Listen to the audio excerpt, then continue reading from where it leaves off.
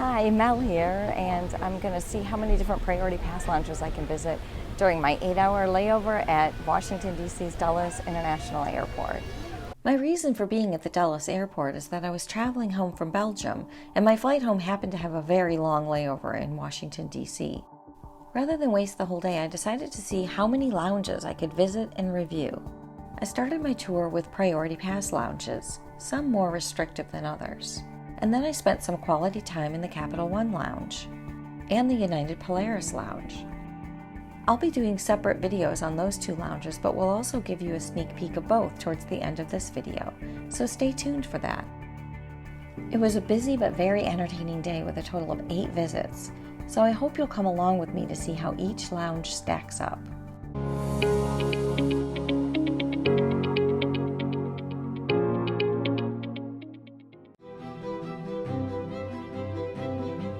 There are 4 lounges at Dulles that accept all Priority Pass visitors: Air France, Virgin Atlantic, Turkish Airlines, and Lufthansa.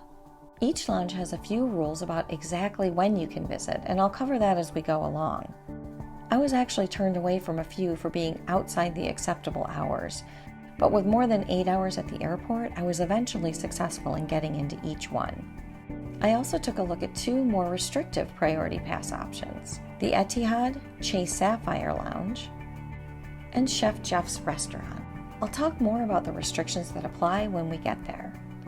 My flight from Brussels landed at Gate C4, and I would be departing from Gate C25.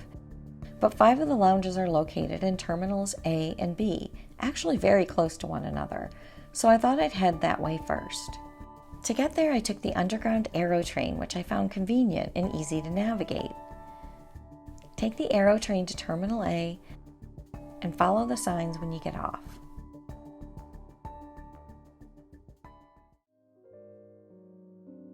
When you enter Terminal A, the Ethiad Chase Sapphire Lounge will be on your left-hand side.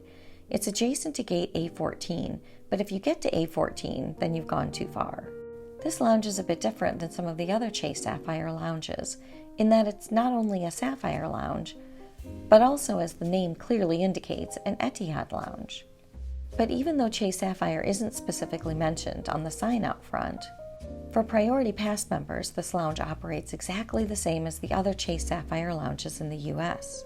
If you're familiar with the Sapphire lounges, then you'll know that entry works differently than it does for the other Priority Pass lounges. Basically, general Priority Pass members receive 1 Sapphire Lounge complimentary visit per calendar year. To gain access, show your physical or digital Priority Pass membership card along with a valid boarding pass within 3 hours of your flight. However, Chase Sapphire Reserve, JP Morgan Reserve, and the Ritz-Carlton credit card members and authorized users who have activated their complimentary Priority Pass membership have unlimited access to Chase Sapphire lounges. Again, just show your physical or digital Priority Pass membership card, along with a valid boarding pass within 3 hours of your flight. If you're waiting for a connecting flight, there are no time restrictions. Upon entering, the friendly agent at the desk scanned my boarding pass and my Priority Pass and welcomed me to the lounge. The first thing I noticed was the floor-to-ceiling windows directly across from me. I knew where I would be sitting when it came time to eat. To the right is the bar, with both bar seating and tables. I like the design of this area a lot, and the vaulted ceiling combined with the big windows make the space bright and inviting. If you turn all the way around and go to the left of the stairs, there's a nice seating area with a sofa and plenty of chairs. On the other side of the stairs, you'll discover the dining area of the lounge, complete with tables, non-alcoholic beverages, and an attractive buffet of food. The buffet consists of individually plated small dishes, rather than large dishes with shared serving utensils. As you may know by now, I'm a bit of a germaphobe, and I really wish every buffet would adopt this type of setup. When I was there, they were offering hot dishes of chicken tagine, curry cauliflower and lamb meatballs, and cold dishes of a muhammara plate, shrimp salad, and pesto burrata. The dessert options included biscotti, mini chocolate brownies, lemon bars, and salted chocolate chip cookies. And of course there were beverages, a couple of different coffee options, and interesting tap offerings of spa water, seasonal water, and cold brew. If you're not in the mood for a buffet, you can just have a seat anywhere in the lounge, scan the QR code at your table, and order from a menu of a la carte options. These QR codes are everywhere in the lounge, so you don't have to stay in the buffet area to eat. I decided to head back to the bar area and find a seat next to the window where I could watch the planes. Right after I sat down, a very friendly waiter came by to offer me a glass of water and a charging tower so I could charge my devices while I ate. He also explained how I could order with my phone. I scanned the QR code, and the page that pops up includes several options with order food and beverage at the top of the list. I selected that and went straight to the Sapphire burger and fries because the burger at the Chase Sapphire Lounge in Boston had been excellent, and I wanted to see if this lounge could measure up. You're able to customize your order before adding it to the basket. I also ordered La Puerta, which is their take on a margarita. You can customize it with no alcohol if you prefer, and then add it to the basket. I then went to my basket and placed my order, and a confirmation screen popped up, assuring me that the food would be delivered to my table within 15 minutes. I took the opportunity to enjoy the view.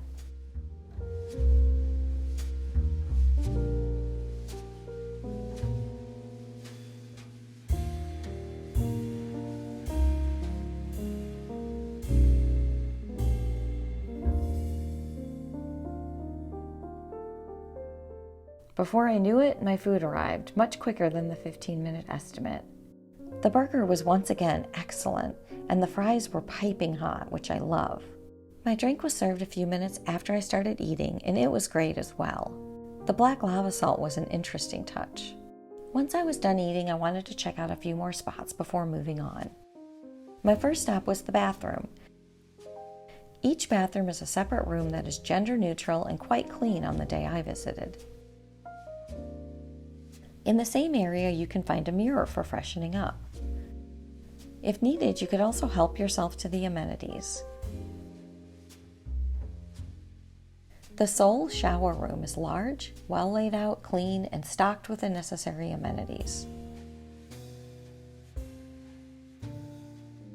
Finally, since this is a shared lounge with Ethiad, I was not surprised to find the reflection room that provides facilities for washing your feet and praying. Next, I headed up the stairs to see the seating area up there. This seemed like the largest lounging area. The space includes sofas, chairs, and side tables. There's also a beverage station and a couple of snacks. Looking down from the second level gives you a feel for the size and layout of the lounge. While it's quite a bit smaller than the other Sapphire lounges I have visited, I think they did pretty well given that they had a mere 5,200 square feet to work with. I headed down to check out one last space. The family room. I personally really appreciate when lounges provide space for little ones to play and alleviate any excess energy. With so many lounges left to explore, I decided I better head to my next stop, Air France. Air France is located diagonally across from the Ethiad Chase Sapphire Lounge, so it was a quick walk. When I arrived, there was a sign indicating that they were not accepting Priority Pass members at the moment. I went in to ask if there was a waiting list, and was told that the lounge is usually closed to Priority Pass members from 3 p.m. to 6 p.m. So keep this in mind if you're planning to visit. You also need to be within 3 hours of your flight departure. Luckily, my layover was long and I was able to come back after 6 p.m., so let's see if the lounge was worth the wait. Things got off to a rough start when they scanned my Priority Pass and boarding pass and informed me that the Priority Pass space is not in Air France's regular lounge, but instead is located downstairs. I took the elevator down as instructed and took a look around. On the plus side, the seats were colorful and comfortable, and despite being busy, at least there were available spots. But on the negative side, it just didn't feel good in there. Maybe because it was in the basement with low ceilings and no windows. The food and drink offerings were okay, but not great. They definitely didn't go above and beyond, and with this being Air France, I felt a bit disappointed about that. And the only alcohol was self-serve in the corner. There was no bar, no family space, and then I noticed that there weren't even bathrooms. I didn't stay long, but as I was leaving, I asked the front desk agent about the lack of bathrooms. While he definitely didn't mention this when I checked in, he now told me that Priority Pass members are allowed up to use the bathrooms, order drinks from the bar, and help themselves to the buffet. This part of the lounge is so much nicer, with a full-service bar, bathrooms, lots of space, tall ceilings, big windows, and plenty of light. And the food was so much nicer than what they were offering downstairs. Based on what I saw in the basement, I'm guessing that they don't tell Priority Pass members that they can get food and drinks from the main lounge. So if you go, make sure to take advantage of this option. But as for me, I'm off to the next lounge, the Virgin Atlantic Lounge. The Virgin Atlantic Lounge is literally right next to the Air France Lounge, across from gate A32. In terms of access, the Priority Pass website says that there's a maximum 3-hour stay. And all cardholders are required to show a physical or digital card and an outbound boarding pass with confirmed same-day travel for access to the lounge. For what it's worth, I had no issue getting in 6 hours before my connecting flight, but of course your mileage may vary. I turned to my left to enter the lounge, and as I walked in, I was immediately happy to see lofted ceilings, floor-to-ceiling windows, and lots of sunshine. And check out the view. So much better than being stuck in the basement at Air France.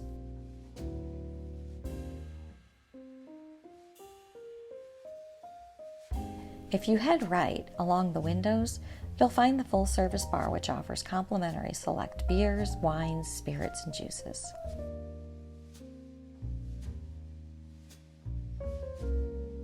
The buffet is pretty minimal, offering kale Caesar salad, pasta salad, and sandwiches the day I was there.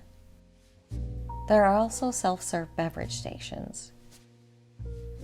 To supplement these complimentary options, the lounge offers an a la carte menu with more substantial meals. Just like the Chase Sapphire Lounge, you'll find QR codes near every seat. And you can scan the code with your phone to pull up the menu. But unlike the Chase Sapphire Lounge, these a la carte options are not free.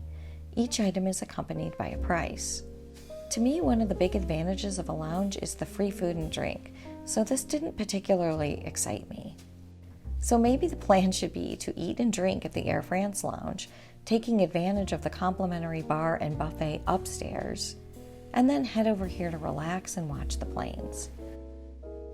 But for now, let's keep checking things out. First, let's go see the restrooms. There are separate bathrooms for men and women, one for each.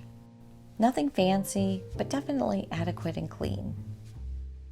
The lounge also has one shower. Again, not very fancy, but it would work if you really wanted to freshen up. Before leaving, there was one more area I wanted to check out. There's another seating area you can access by a staircase in the middle of the lounge.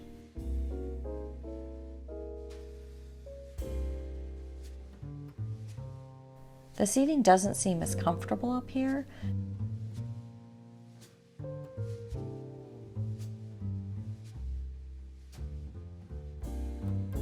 but the views are nice.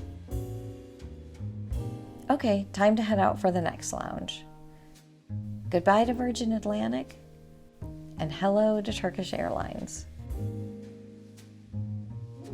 Even though the Turkish Airlines Lounge is in Terminal B across from Gate B42, it's all connected, so the lounge is not far at all. Just keep heading in the same direction and it'll be on your right-hand side.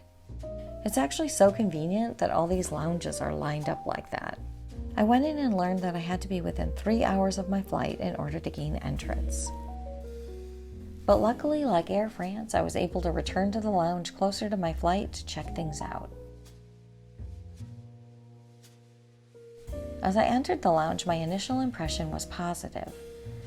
It's not fancy, but I like the wood and the natural elements, and after the Air France experience, I was very grateful for the windows and the light. And as you can probably predict, I loved the views. After a quick peek at the airplanes, I decided to check out the complimentary food and drink options. From all reports, the food is really good at the Turkish Airlines lounge. Against the wall, you can find a range of beverage options, including kombucha and cold brew on tap, water, still and sparkling, or hot, an espresso cappuccino machine, snacks, drip coffee, and more. For food, the buffet options looked great. There were both cold and hot options, and the dishes I tried were even better than I expected, a solid A for food.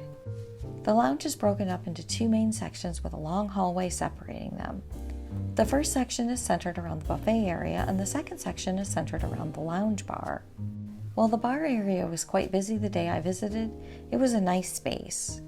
Here you'll find the full-service bar, which offers complimentary wine, beer, and cocktails, a self-serve beverage station, and a narrow but deep room with a few different seating options.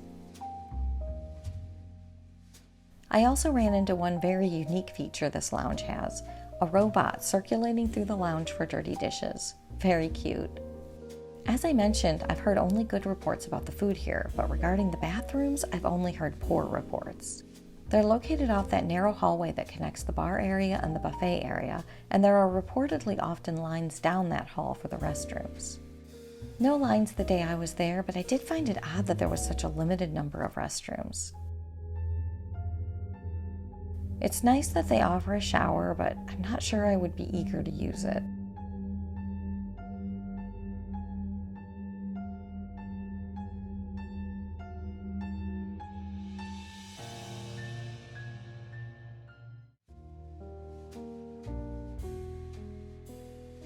The bathrooms are spacious, clean, and a little nicer than the shower. And with that, it's time to head to the next lounge. Lufthansa. The Lufthansa Lounge is located across from Gate B50, and once again, it's right in line with the other Priority Pass lounges. Also in line with the other Priority Pass lounges is the fact that this lounge has time restrictions with regard to entrance. Just like the Air France lounge, the Lufthansa Lounge is closed to Priority Pass members from 3 p.m. to 6 p.m. So of course, I returned after 6 p.m. Clearly, I was determined to visit every Priority Pass lounge. There was a line, and when I checked in, I was told that Priority Pass members weren't eligible for the upstairs lounge, the Senator's Lounge. Instead, I must take the elevator down to the Business Lounge. Oh no, not another basement lounge. Oh well, let's give it the benefit of the doubt.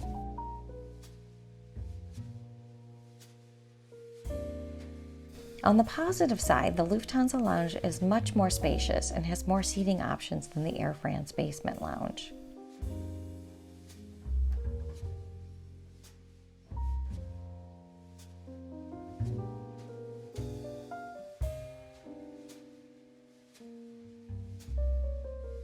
It also has bathrooms, a shower, it was occupied, a full-service bar, and better food options.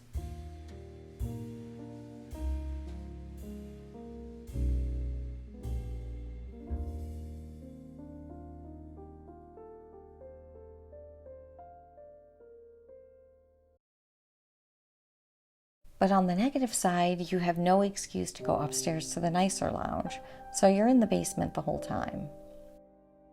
However, I guess I should also mention this tiny sliver of sunlight you can find on the far right side of the lounge. Near the workspaces and these clocks, here's the view, definitely a unique angle. Well, time to head out. 3 more stops to make before my flight.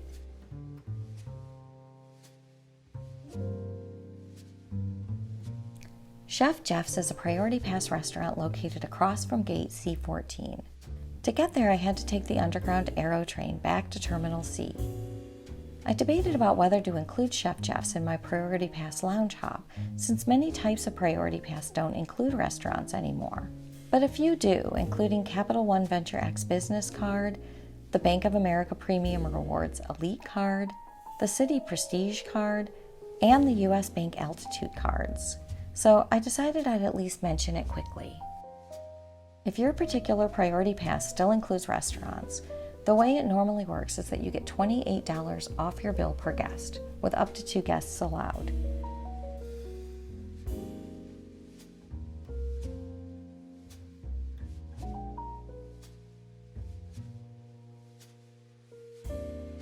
The signs at Chef Geoff's made it very clear that they were still part of the Priority Pass network, and they will scan your card before seating you to ensure that your particular Priority Pass still qualifies for the restaurant credit.